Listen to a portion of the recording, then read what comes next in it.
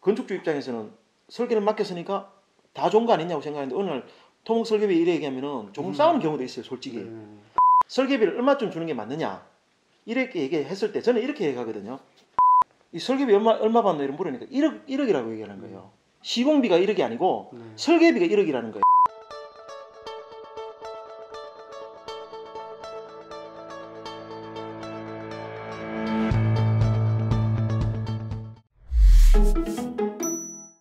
아마 감리가 나오면은 분명히 못하게 할 겁니다.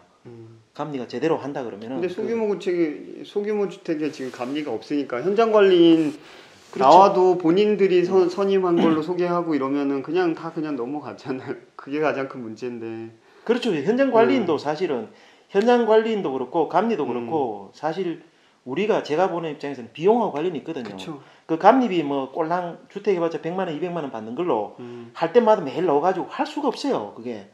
그러니까 이제 보통 보면 감리들은 이제 주요 구조 이제 슬라브 칠 때 주로 나오죠, 그죠? 1층이나 2층 슬라브 칠 때 기초할 때 한번 나오고 그 다음에 2층 바닥 칠 때 한번 나오고 지붕 칠 때 한번 나오고 보통 그 준공할 때 나오고 서너 번밖에 안 나와요.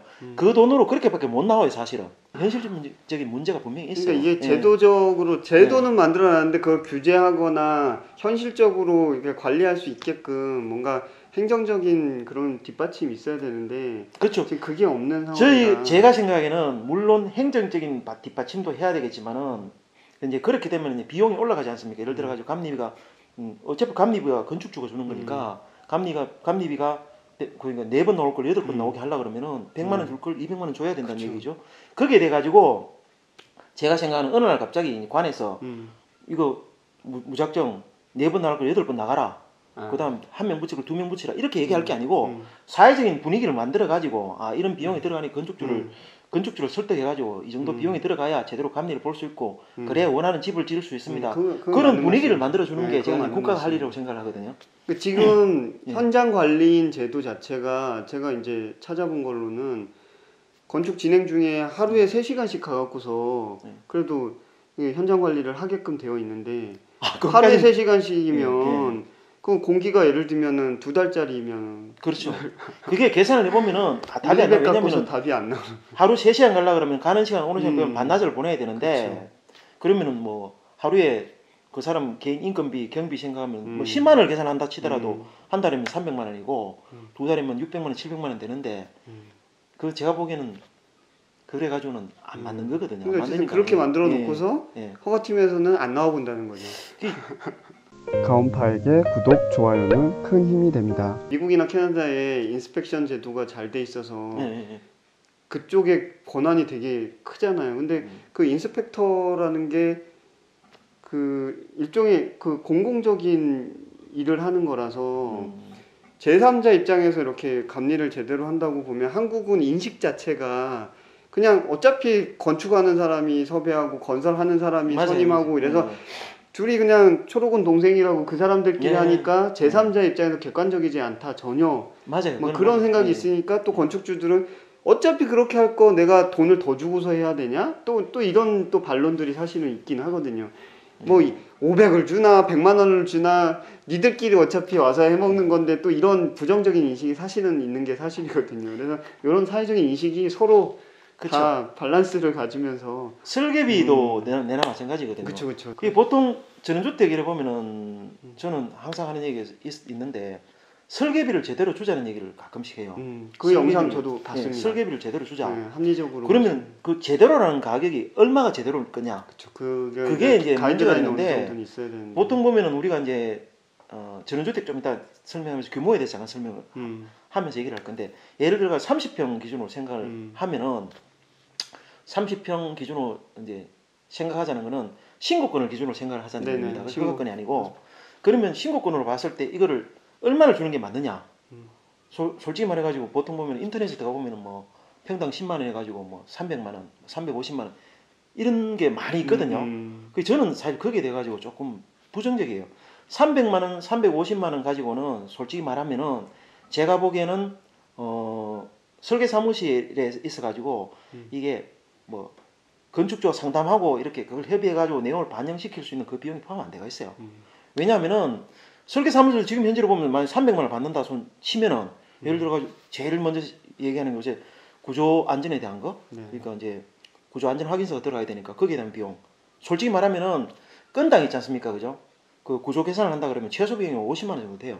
그게 설계 사무실 자체에서 하는 게 아니고 구조 계산을 의뢰를 하고 구조 계산서를 받는다 그러면 아무리 못해도 50만 원 줘야 돼요. 뭐 조금 하는 데 같으면 100만 원, 150만 원 쉽게 넘어갑니다. 기본적으로 50만 원 줘야 되죠. 그리고 일반적으로 착각하는 게 많은 게 설계 사무실이 도면을 어디까지 그렸냐 하면 설비 전기 도면을 자기들이 안 그려요. 설비 도면 그리는 업체가 따로 있고 전기 도면 그리는 업체가 따로 있어요. 그러면 이것도 외주를 줍니다. 쉽게 얘기하면은. 이게 외주를 주기 때문에 예를 들어 가지고 뭐 설비 도면 그리는데 뭐 30만 원 준다, 50만 원 준다, 뭐 많이 하는 데는 이렇게 자주 하는 집은 30만 원, 보통 50만 원 이렇게 하거든요. 그럼 생각해 보십시오. 설비 50만 원, 전기 50만 원, 구조 50만 원 빠지고 나면은 300만 원 가지고 남는 건 150만 원밖에 안 돼요.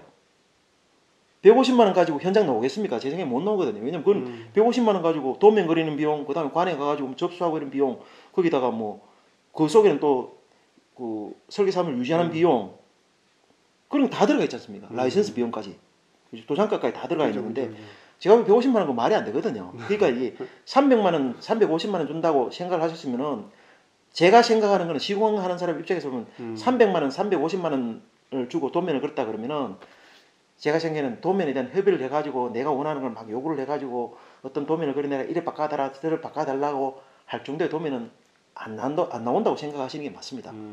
그러니까 저는 그래서 그러면 그 기준이 뭐냐 이런 거를 종종 얘기를 하거든요. 네.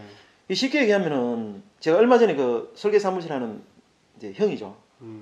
선배인데 이제 가가지고 이런 얘기를 한 적이 있어요. 제가 이 설계 사무실 설계 비용에 대한 거를 어떤 거를 유튜브에 올리려고 그런다. 형 어떻게 생각해요? 이러니까 그 형이 하는 말이 그걸 왜 네가 정하려고 하는데 이런 얘기를 하더라고요. 내가 정하려고 하는 게 아니고 내가 이래 해보니까 이것 때문에 사실 많이 부딪히고 이런 부분들 때문에 사실 마찰이 많이 생긴다. 특히 제일 마찰이 많이 생기는 부분이 두 가지가 있는데 첫째는 건축사무소에 맡기면 모든 게 다 끝난 줄 아는데 제일 황당하게 생각하는 게 토목 부분에 대한 거. 토목에 대한 거는 보통 보면은 그 비용이 별도로 뭐 군청 앞이나 뭐 도청 앞에 이렇게 가더라도 200만 원, 250만 원 달라 그러거든요. 근데 그 비용은 별도예요. 과정 자체가 별도예요. 그렇죠. 토목 자체. 그러면은 이제 그 비용을 이제 건축주 입장에서는 설계를 맡겼으니까 다 좋은 거 아니냐고 생각하는데 어느 날 토목 설계비 이래 얘기하면은 조금 싸우는 경우도 있어요, 솔직히. 그럴 수 있어요. 예, 그런 경우도 많이 있고 요새는 인터넷 보니까 이제 토목 설계비를 따로 줘야 된다고 이런 얘기를 많이 하고 있으니까 그나마 이게 이제 조금 인식이 조금 바뀌었는 것 같은데 사실 아직도 모르시는 분들 많아요. 많고 두 번째는 뭔가 하면은 설계 변경에 대한 거거든요. 설계 변경에 대한 거. 설계 변경에 대한 거는 보통 보면은 준공할 때쯤 되면은 조금씩 도면 변경 다 생깁니다. 그렇죠. 안 생기는 경우 제가 보기 거의 없어요. 그런 것 같아요. 그게 이제 그거를 설계 변경을 했을 때 설계 변경비를 얼마를 줘야 되느냐, 줘야 되느냐 말아야 되느냐 여기에 대해서도 내나 이게 논란이 많거든요. 근데 저는 간단하게 얘기를 해요. 설계 변경비를 줘야 되느냐 말아야 되느냐를 얘기했을 때 우리가 그 준공할 때 경미사항 변경이라고 있어요. 법적으로 인정하는 거. 요 정도 바뀌는 거는 그냥 이 도면을 해가지고 수리만 맞춰가 넣으면은 인정을 해주는 그 범위가 있어요. 그거는 쉽게 얘기하면은 그런 경우에는 설비 전기 도면도 거의 안 바꿨습니다. 그냥 건축 도면 바꿔가지고 그렇게 건축물 대장만 작성하는 거기 때문에 그 정도 선에서 변경되는 내용 같으면은 설계 변경비를 주지 않는 게 맞다. 근데 그게 아니고 설비 전기에 해당하는 도면 변경시킬 만큼 내용이 바뀌는 경우는 설계 변경비를 주는 게 맞다. 이렇게 생각을 하거든요. 네. 왜냐하면은 설계 사무실의 입장에서는 그 돈은 받아가 자기가 하는 게 아니고 설비 전기 그 사무실에서 줘야 되는 돈이에요. 그 돈은 어차피 줘야 설계 변경이 되는 거예요. 그리고 그 설계 사무실 보통 보면 한번 해보시면 알겠지만은 도면 잘 안 바꿔주려고 합니다. 그렇게. 안 바꿔주려고 하는 이유가 그게 분명히 있어야 되는 거고 쉽게 얘기하면 그 돈 비용을 건축적으로 부담을 한다 그러면은 그분들 입장에서는 사실 남는 건 없는 장사지만은 서비스인 차원에서 그 비용을 부담한다 그러면 충분히 해줄 수가 있는 거예요. 설계비에 대한 거에 오해가 많이 생기는 게 두 가지다. 토목 설계비 그건 별도로 대줘야 된다는 거하고 그다음 두 번째는 설계 변경비를 줄 만큼 내용이 바뀌는 그런 외주 설비 전기 이런 도면이 바뀌는 거에 대해서는 부담하시는 게 맞다는 얘기를 드리고 그다음에 그러면은 설계비를 얼마쯤 주는 게 맞느냐? 이렇게 얘기했을 때 저는 이렇게 얘기하거든요. 자, 그러면은 우리 신고권이라고 해서 같이 300만 원을 준다. 이건 제가 보기엔 아닌 것 같아요. 왜냐하면은 신고권이라고 하더라도 예를 들어 가지고 경량으로 짓는 것도 보면 시공비가 뭐 300만 원, 400만 원대, 그죠? 그래 되는 거고. 그쵸. 만약에 목조주택이든 아니면 진짜 고급주택으로 가는 그 같은 경우에 600만 원, 700만 원대 주택을 짓는 것 같으면 같이 300만 원을 준다 하면 그건 안 맞는 거죠, 형평에. 그렇죠. 그래서 저는 이제 기본적으로 생각할 때 설계 변경비가 이게 설계비가 어느 정도 적정한가를 제 나름대로 생각을 해봤었거든요. 그래가지고 사실 그 신평당 10만 원대 하면은 10만 원대 하면은 400만 원대 주택을 짓는다 그러면은 설계비가 시공비 한 2.5%밖에 안 돼요. 400만 원에 10만 원 같으면 2.5% 정도 되는 거 맞죠, 그죠? 네. 그래 되는 거고. 그러니까 일반적으로 보면은 400만 원대 주택을 짓는다 그러면서 시공비의 2, 3%의 설계비를 투자한다는 거는 저는 안 맞다고 생각하는 게 아까 그래서 나왔는 거예요. 그래서 이제 400만 원짜리 주택을 짓는다 그러면은 그 2, 3% 해당하는 10만 원을 줄 게 아니라 한 5%에 해당하는 설계비를 주는 게 맞다고 생각하거든요. 제 나름대로 정한 거는 그거예요. 설계비는 시공비를 기준으로 해가지고 한 5% 정도. 그 쉽게 얘기하면은 평당 시공비 기준으로 했을 그렇죠. 때 400만 원짜리 같으면은 5% 같으면은 5%. 그죠? 네. 5%. 그다음에 600만 원짜리 5%는 다르잖아요. 400만 음. 원짜리 같으면은 뭐 그 5% 계산하면은 한 20만 원 되나요? 네. 그래 되는 거고. 그다음에 600만 원짜리 같으면은 한 30만 원 되는 거죠. 음. 그게 제 나름대로는 그게 이제 설계비에 내 나름대로 가가지고 막 상의를 하고 요구해서 얘기하고 그다음에 3D라도 요구를 할 수 있는 그 정도. 그게 예. 말씀하시는 금액이 적정이라기보다는 최소한 이 정도는 줘야 된다. 그렇죠. 그 이제 자기가 요구하는 사항을 반영하고 그다음에 원하는 걸 하고 그 이제 그런 부분을 하려 그러면 5% 정도를 근데 그 과하죠. 좀 많이 과하죠. 아니 건축 업계에 계신 이제 시공사 입장 측면에서 말씀하시는 거라서 좀 그렇긴 한데, 그러니까 예비 건축주 입장에서 지금 말씀하시는 게 생각보다는 그렇게 부담스러운 금액은 아닌 것 같다라는 생각이 사실 있어요. 왜냐하면 그렇죠. 제가 들은 것 중에 뭐 그러니까 평당 금액이 아니라 예. 그냥 예를 들면 한 40평짜리 집을 전원주택을 짓는다 이러면 그래도 한 건축 설계는 한 1,500에서 2천만 원 정도는 써야지 예. 제대로 된 설계가 나온다. 뭐 이런 맞습니다. 이야기들도 맞습니다. 사실 온라인상에 많이 또 있기도 하거든요. 예. 근데 그거랑 비교를 하면 지금 말씀하신 거는 한참 아래쪽에 기준을 또 그러니까 말씀을 하신 거라. 제가 보기에는 그러니까 보통 보면은 제가 말씀드렸는 게 이게 5% 정도라는 게 일반적으로 신고권 같은 경우는 5% 주는 경우 잘 없어요. 300만 원, 400만 원 끝내지. 그다음에 이제 종종 이제 이게 도면 비용을 별도로 돌락하는 설계 사무실도 있어요. 그리고 이 기준이 사실은 없어요. 건축 사무소 물어봐도 다 틀려요. 자기는 뭐 2천만 원대 이하로 그 집을 안 짓는다고 얘기하시는 분도 있고. 그럼 네. 지금 말씀하시는 기준 이게 5% 정도는 적정이 아니지 최소한 5% 정도는 주자는 얘기예요. 줘야 된다는 말씀을 하시는데 그 기준에 그 건축 설계사가 그냥 도면만 그려주고서 땡 나중에 이제 예를 들면은 변경 있으면 변경만 반영해줘서 허가까지 이게 신고 절차만 해주면은 땡 그거 말씀하시는 건지 아니면은 현장에 토목공사 해놓은 거나 땅 모양이나 그리고 막 자연이나 뭐 이런 것들을 보고서 여기는 뭐 북향 땅이고 여기가 어떻게 뭐 남양 쪽은 가로막혀 있어서 북풍이 들어오는데 내가 설계한 대로 하면은 창호가 이쪽에 있으면 이게 문제가 생기니까 창호 방향을 바꿔야 돼. 그리고 창호를 이쪽에는 작게 놓고 저쪽에 해야 돼. 최소한 그 정도의 건축사로서 건축 설계사로서의 그런 정도의 건축주의 이 현황을 반영을 해줘야 된다라는 생각은 사실 저는 있거든요.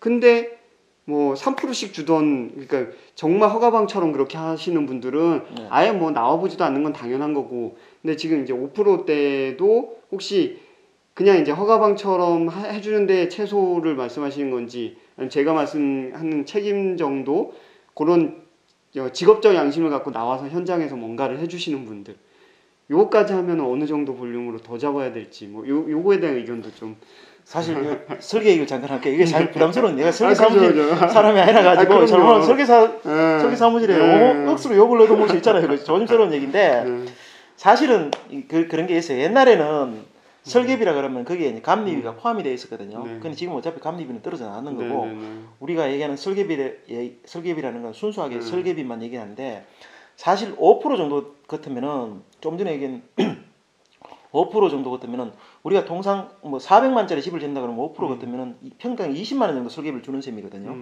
그 정도 같으면 제가 아까 말씀드렸지만 최소한의 설계비 내가 얘기해가지고 내 요구사항을 얘기하고 반영시켜 가지고 그 다음에 또 협의를 보고 또 여기저기 바꿔달라 하는 그 정도, 그 다음에 현장에 나가 좀 해달라 하는 정도는 할 수 있다는 얘기를 하는 겁니다. 근데 평당 10만 원을 주고 이제 그걸 요구한다는 건 제가 보면 무리인 것 같고, 여담으로 얘기하면은 그 제가 뭐 이런 얘기를 하지만 제 친구가 이제 대학교 졸업하고 나서 맨 처음에 왔을 때 한 20몇 년 전쯤 되겠네요.